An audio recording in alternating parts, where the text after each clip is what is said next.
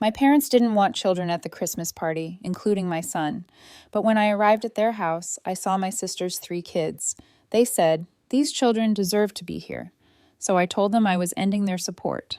I never thought I'd be a widow at 34, but here I am, Delia, sitting at my kitchen table at 7 a.m., trying to get my 7-year-old son ready for school while fighting back tears. It's been months since the accident at the construction site took Mark from us, but sometimes it feels like yesterday. The first few months after Mark's death were a blur of paperwork, tears, and sleepless nights. I honestly don't know how I would have made it through without Sarah and Jim, my in-laws.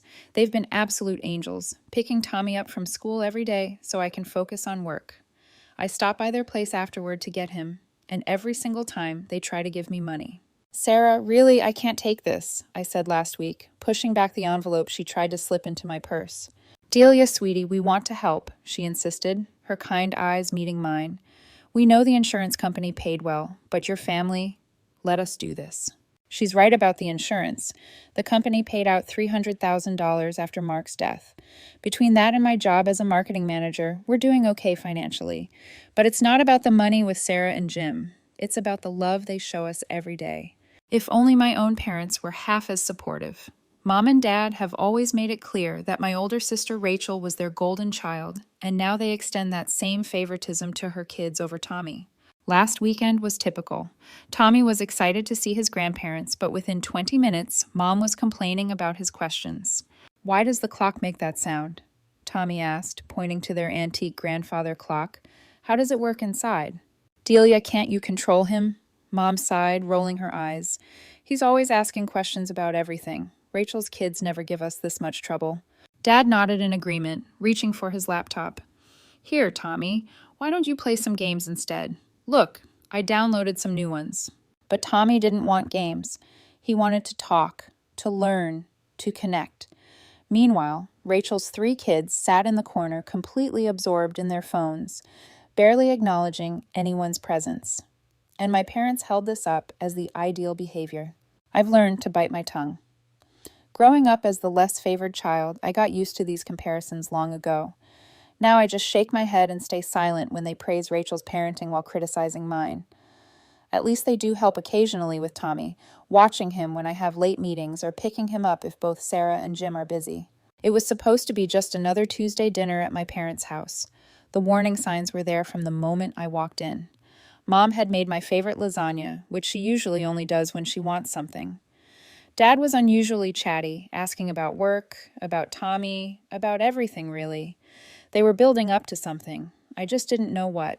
"So, Delia," Mom said carefully, cutting her lasagna into perfect squares, "we've been meaning to ask you something. How much was Mark's life insurance payout?" The question hit me like a slap in the face. I nearly choked on my water, completely blindsided by such a direct inquiry about something so personal. Maybe it was the shock, or maybe I was just tired of keeping secrets from my parents, but I answered honestly. "About 300,000, I said quietly. The fork in Mom's hand clattered against her plate. Dad's head snapped up so fast I thought he might hurt himself. They stared at me like I had just announced I'd won the lottery.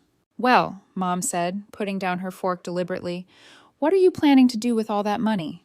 I could feel the weight of their expectations pressing down on me. "I've invested it," I explained, trying to keep my voice steady. "It's for Tommy's future, his college education.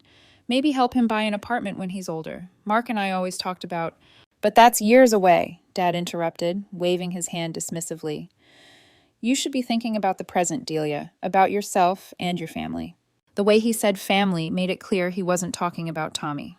I knew that tone. It was the same one they used when they'd helped Rachel with her down payment on her house, or when they'd funded her lavish wedding. "You could do so much with that money now," Mom chimed in, leaning forward eagerly.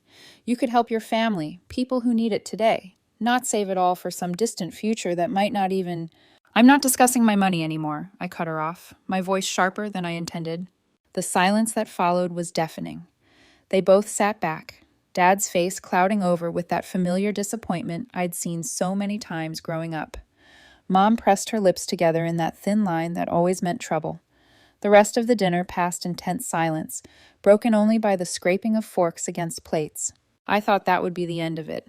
Knowing my parents, I expected them to give me the silent treatment for at least a month. It's what they always did when I didn't live up to their expectations. But to my surprise, Mom called just a week later. "We're having a family dinner on Sunday," she announced, her voice warm as if nothing had happened. "Rachel and the kids will be there too. You have to come, sweetie." Something about her tone made me uneasy, but I agreed. When I arrived that Sunday, Rachel was already there with her kids, all of them glued to their phones as usual. As we sat down to eat, she started talking about rising prices, bills piling up, and how hard it was to make ends meet these days. "Everything is just so expensive now," she sighed, passing the potatoes. "Your father and I barely have enough for a normal life anymore." As Mom dabbed at her eyes with a napkin, talking about rising grocery prices and utility bills, Rachel cleared her throat and sat up straighter.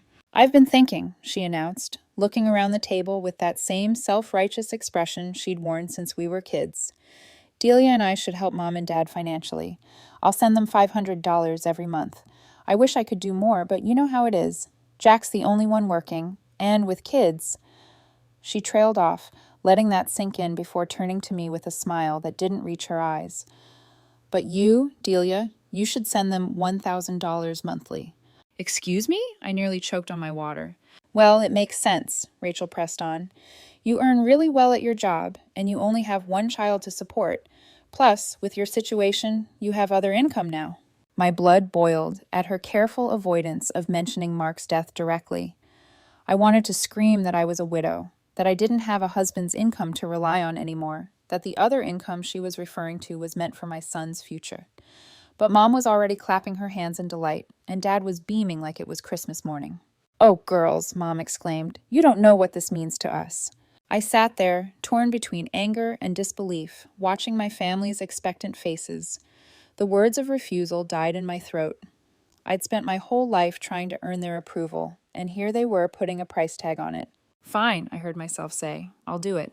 The first transfer hurt the most, $1,000 gone with a few clicks. I told myself it was worth it if it meant more family support with Tommy.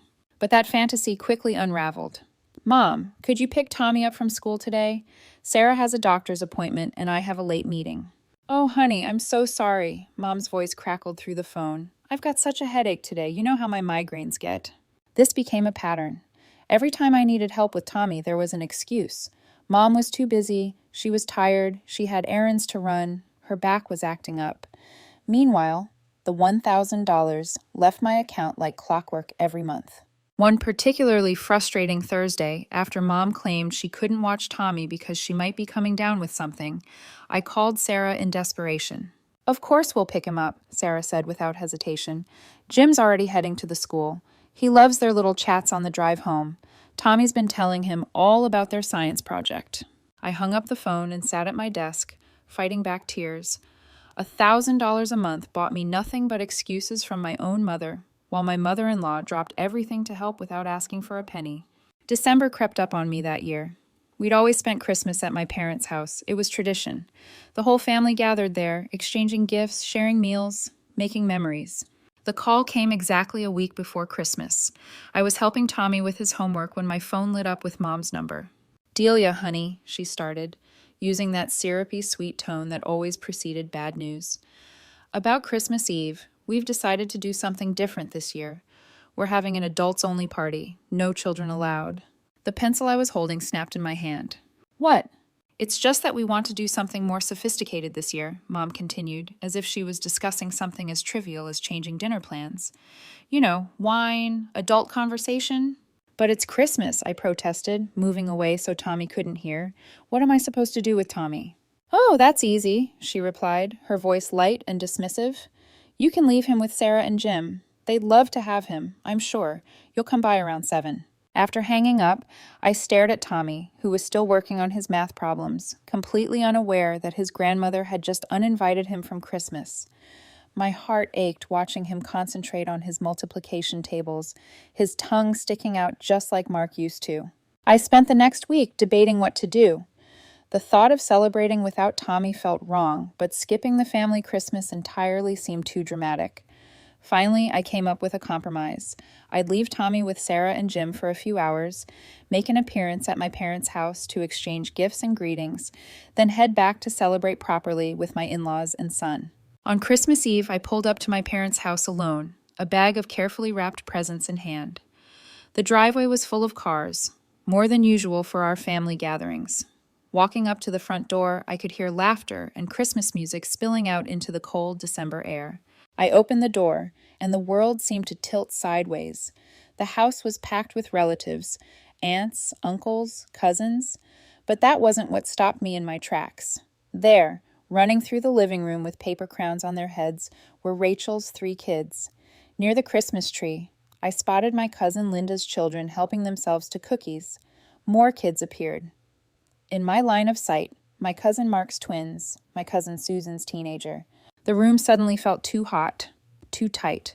I stood in the doorway, the gift bag hanging limply from my hand, as the reality of the situation sank in.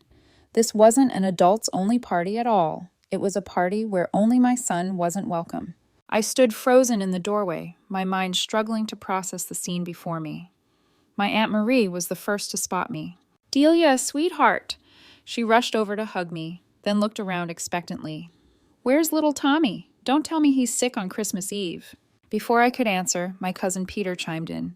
"Yeah, where's our favorite little scientist? Jake's been wanting to show him his new chemistry set." More relatives gathered around, all asking the same question. Where was Tommy? Why had I come alone? Each inquiry felt like a knife twisting in my gut. I couldn't form words, couldn't explain what I didn't understand myself. Through the crowd, I spotted my mother in the kitchen, arranging cookies on a Christmas-themed platter as if everything was perfectly normal, as if she hadn't just excluded her only grandson from a family celebration. "Excuse me," I managed to say, pushing past my concerned relatives.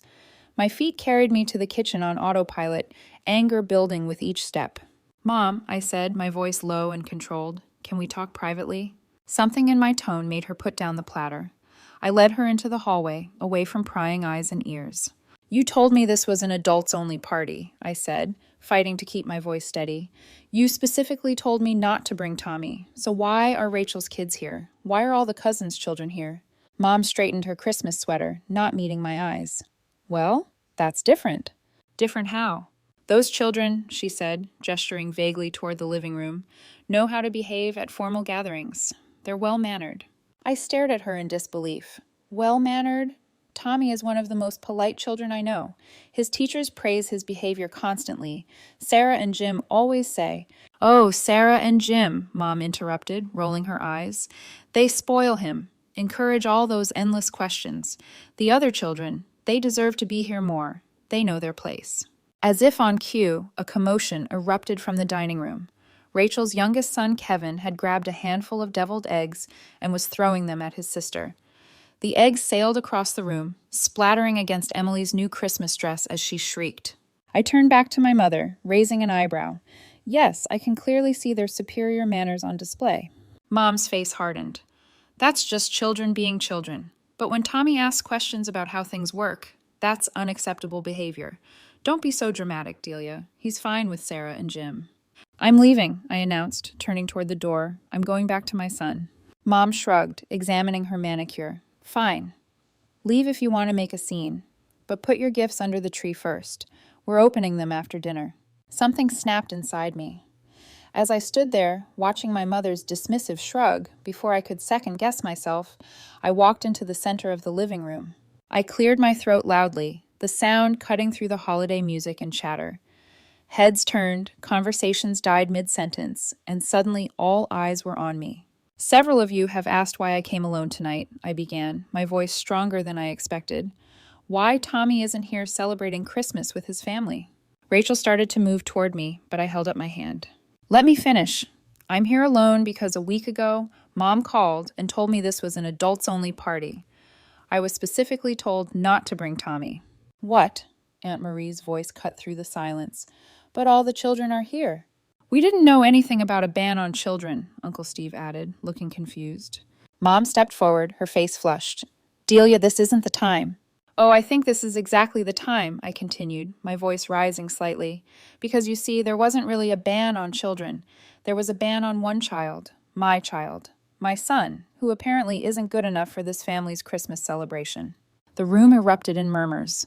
I saw shocked faces, disapproving looks directed at my parents, and confused children watching the adult drama unfold. But that's not even the best part.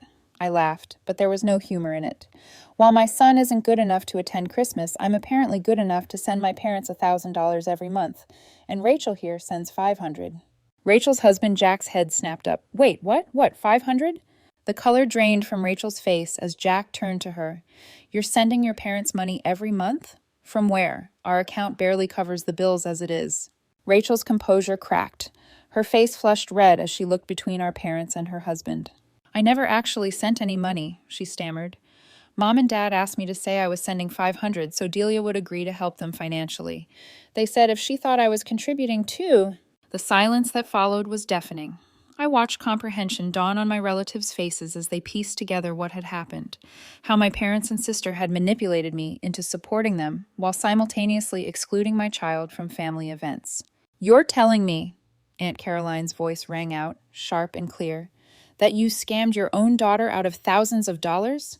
You're nothing but scammers, using your own daughter like an ATM while treating her kid like dirt. That's low, even for you two. The room erupted in overlapping voices, some expressing disgust, others demanding explanations. Rachel was trying to explain herself to an increasingly angry Jack, while my parents stood there, their carefully crafted facade crumbling around them. I raised my hand, silencing the ongoing arguments around me. I have something else to say. The room fell quiet again, all eyes returning to me. Mom and Dad stood frozen by the Christmas tree, their faces ashen. Rachel was still trying to explain herself to Jack, but even they stopped to listen. From this moment on, I said, my voice steady and clear, I will no longer be sending you any money, and I won't be maintaining any relationship with you or Rachel. I'm done. Without waiting for a response, I turned and walked out, leaving the bag of gifts by the door. The sound of the door closing behind me felt final, like the ending of a chapter I should have finished long ago. Sitting in my car, I pulled out my phone and opened my banking app. With a few quick taps, I canceled the monthly transfer to my mother's account. It felt like cutting off a chain I'd been dragging behind me for months. The drive to Sarah and Jim's house seemed to take both forever and no time at all. When I pulled into their driveway, I could see Tommy through the window, helping Sarah decorate Christmas cookies. The sight of him, happy and loved, brought tears to my eyes. We spent the rest of Christmas Eve with Sarah and Jim, decorating cookies, singing carols, and watching Tommy's eyes light up as he helped Jim arrange the nativity scene. This, I realized, was what family should feel like. The next morning, while Tommy was still asleep, surrounded by the presents Santa had brought, my phone rang. It was Aunt Caroline. You might want to hear how things ended last night, she said without preamble. After you left, it was like a dam broke. Uncle Mike stood up and said he couldn't stay in the house another minute. Then Aunt Marie and Uncle Steve followed. Pretty soon, everyone was gathering their coats and kids. I listened as she described how the relatives had left en masse, not even bothering to say goodbye to my parents. Some had apparently made very loud comments about manipulative behavior and family shame as they walked out. And Jack? I asked quietly. Oh, honey, he was livid. Packed up the kids right there and then. Told Rachel he needed time to think about their marriage. Said he was taking the children to his parents' house for Christmas. Rachel was crying. Your parents were trying to damage control, but it was too late. I could hear her take a deep breath. I want you to know, Delia, we're all on your side. What they did to you and Tommy, it's unforgivable. After hanging up, I sat on my bed, processing everything. My phone started buzzing with notifications, text messages from Mom, Dad, and Rachel. They all said variations of the same thing. We're sorry. We were wrong. Please talk to us. We can explain. I read each message once, then archived them without responding. The week between Christmas and New Year's passed in a peaceful blur.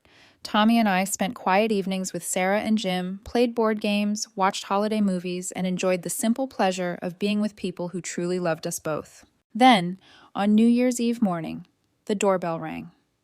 Through the peephole, I saw Mom and Dad standing on my porch, clutching a large, elaborately wrapped package. My heart thumped against my ribs as I debated whether to open the door. Delia, we know you're home, Mom called out, her voice muffled through the door. Please, we just want to talk. After a moment's hesitation, I opened the door but stayed firmly in the doorway, blocking their entrance. They looked smaller somehow, less intimidating than they had a week ago. We brought this for Tommy, Dad said, holding out the package. Through the wrapping paper, I could see the logo of an expensive electronics store. "He doesn't need it," I replied, making no move to take the gift. "Please, Delia," Mom stepped forward. "We know we were wrong. The way we treated Tommy, the manipulation with the money, we're truly sorry. And we want you to know," Dad added quickly, "that this isn't about the money you were sending us. We really do feel terrible about everything." I studied their faces, searching for sincerity. "Are you sorry because you realize what you did was wrong? Or are you sorry because the entire family knows what you did and won't speak to you anymore?" They exchanged glances, and in that brief look, I had my answer. "I think you should leave," I said quietly. "I don't believe you, and I don't trust you, not anymore." "But we're family," Mom protested, tears welling up in her eyes. "No," I shook my head. "Family doesn't manipulate each other. Family doesn't exclude a child from Christmas. Family doesn't scheme and lie to get money. What you did, that's not family." They left eventually, still clutching the unwanted gift, their apologies trailing behind them as they walked to their car. I watched them drive away, feeling not sadness, but relief. In the months that followed, I stuck to my decision. I didn't answer their calls or respond to their texts. Rachel tried reaching out too, but I blocked her number. The money I had been sending to my parents went into Tommy's college fund instead. The funny thing about cutting toxic people out of your life is how much room it makes for better relationships to grow. Aunt Caroline started inviting us over for Sunday dinners. Uncle Mike and his wife had us over for barbecues where Tommy could play with his cousins. Everyone made a point of including him, asking about his interests, encouraging his questions. "Mom, why does Uncle Mike's pool have that funny smell?" Tommy asked one summer afternoon. "That's the chlorine, buddy," Uncle Mike answered before I could, launching into an explanation about water treatment and chemical reactions that had Tommy fascinated. I watched my son bloom under the attention and love of family members who actually wanted to know him, not change him. He started calling Sarah and Jim Grandma and Grandpa exclusively now, and they continued to be our rocks, our safe harbor in any storm. Sarah and Jim became more than just in-laws. They became my true family. They showed up for every school play, every science fair, every soccer game. They never complained about Tommy's endless curiosity. In fact, they celebrated it. When Tommy wanted to build a model volcano for a science project, Jim spent an entire weekend helping him perfect the baking soda and vinegar explosion, laughing as the red foam spilled over the kitchen counter. At school events, teachers often came up to me to gush about Tommy's enthusiasm. "He's always asking the best questions," one of them told me during parent-teacher conferences. The other kids learned from him.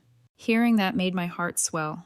Tommy wasn't a problem to be managed, the way my parents had made me feel.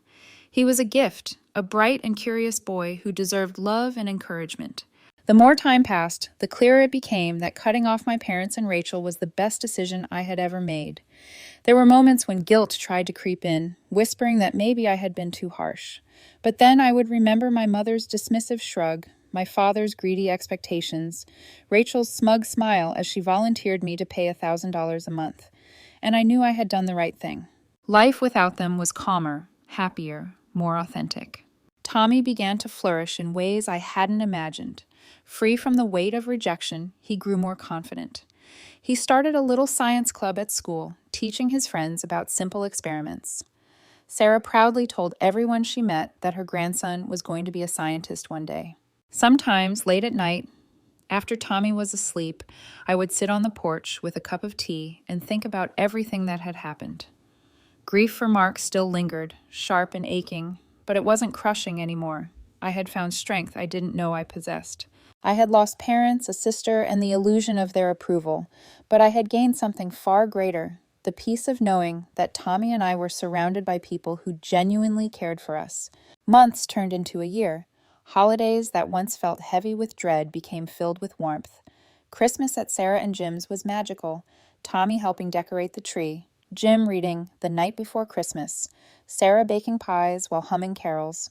There were no conditions, no exclusions, no manipulations, just love. One evening, as we sat around the dinner table laughing at one of Tommy's silly jokes, Sarah reached over and squeezed my hand. "You're doing an amazing job, Delia," she said softly. "Mark would be so proud of you." Her words brought tears to my eyes. For the first time in years, I truly believed them. The past no longer held power over me. My parents' favoritism, Rachel's manipulations, the betrayal of being treated like less, they were chapters I had closed. What mattered now was the life Tommy and I were building, one rooted in love, respect, and the unshakable bond we shared with those who had chosen to be our family. And as I watched my son laugh, his eyes sparkling with curiosity and joy, I knew we were exactly where we were meant to be.